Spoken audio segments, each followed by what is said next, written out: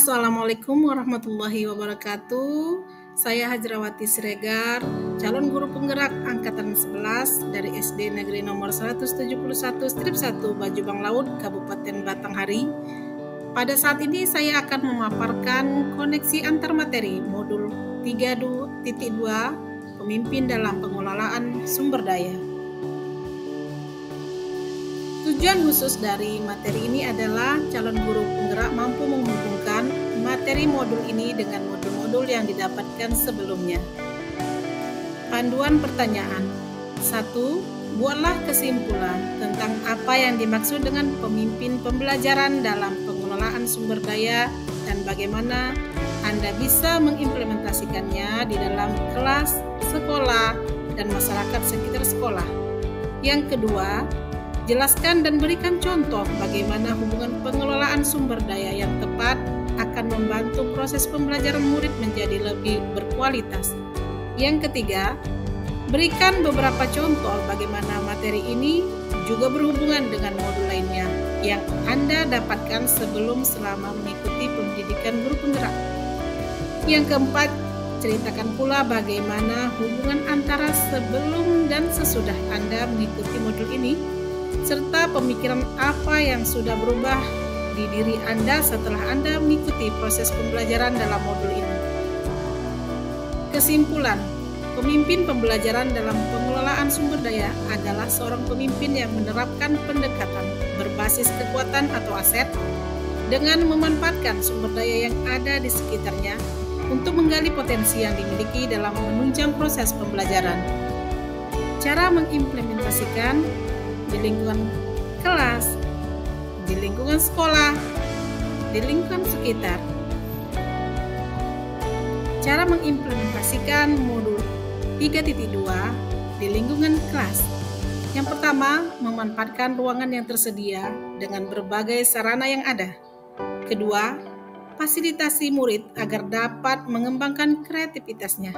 Yang ketiga, lakukan kolaborasi dengan guru lain untuk membantu dalam pengelolaan sumber daya di kelas. Dan yang keempat, memanfaatkan sumber finansial yang ada untuk kebutuhan kelas. Cara mengimplementasikan modul 3.2 di lingkungan sekolah. Yang pertama adalah lakukan kolaborasi dengan seluruh warga sekolah. Yang kedua, bentuk komunitas sekolah yang memiliki tujuan yang sama untuk mengembangkan sekolah. Yang ketiga, manfaatkan sarana dan prasarana yang ada. Yang keempat, manfaatkan lingkungan sekolah yang belum diolah. Dan yang kelima, gunakan sumber finansial yang ada untuk keperluan sekolah. Dan yang ketiga, cara mengimplementasikan modul 3.2 di lingkungan sekitar sekolah. Yang pertama, bangun relasi dengan masyarakat sekitar sekolah. Kedua, kerjasama dengan orang tua murid untuk membantu kegiatan sekolah. Yang ketiga, kerjasama dengan pihak luar seperti lembaga kesehatan, kepolisian, dinas pendidikan, lingkungan, dan lain-lain.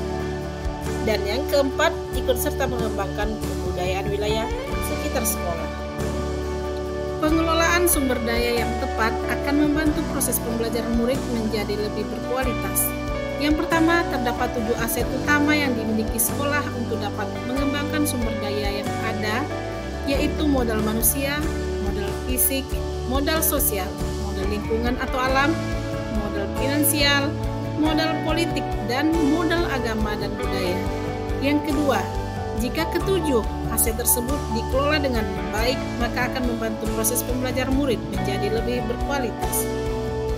Contoh sumber daya aset bermodalkan manusia adalah kepala sekolah dan guru yang menjalankan nilai dan perannya sebagai pemimpin serta memaksimalkan pengetahuan dan keterampilannya dalam mengajar akan membuat pembelajaran menjadi lebih berkualitas sehingga meningkatkan prestasi belajar murid.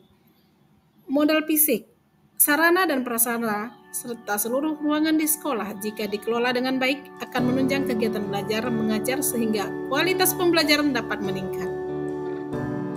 Contoh modal sosial. Norma dan aturan yang jelas seperti tata tertib atau keyakinan sekolah dibuat agar siswa memiliki kesadaran diri akan pentingnya disiplin positif sehingga akan tercipta suasana pembelajaran yang kondusif, aman, dan nyaman. Contoh modal lingkungan. Lingkungan yang ada di sekitar sekolah dapat menjadi salah satu sumber belajar yang dapat dimanfaatkan untuk menunjang proses pembelajaran yang kreatif. Contoh, model agama dan budaya. Kegiatan pembiasaan di sekolah seperti berdoa, bersalaman, sopan dan santun terhadap orang lain, saling menghargai dan lain-lain, merupakan karakter yang baik yang dapat diterapkan kepada siswa sebagai bekal mereka terhadap diri sendiri dan di dalam lingkungan keluarga maupun masyarakatnya.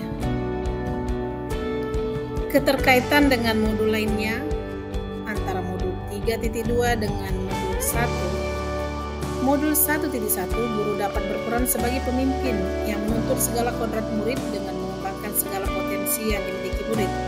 Modul 1.2, sebagai pemimpin pembelajaran, guru dapat mengembangkan keterampilan yang dimilikinya untuk meningkatkan pembelajaran yang berpihak pada murid.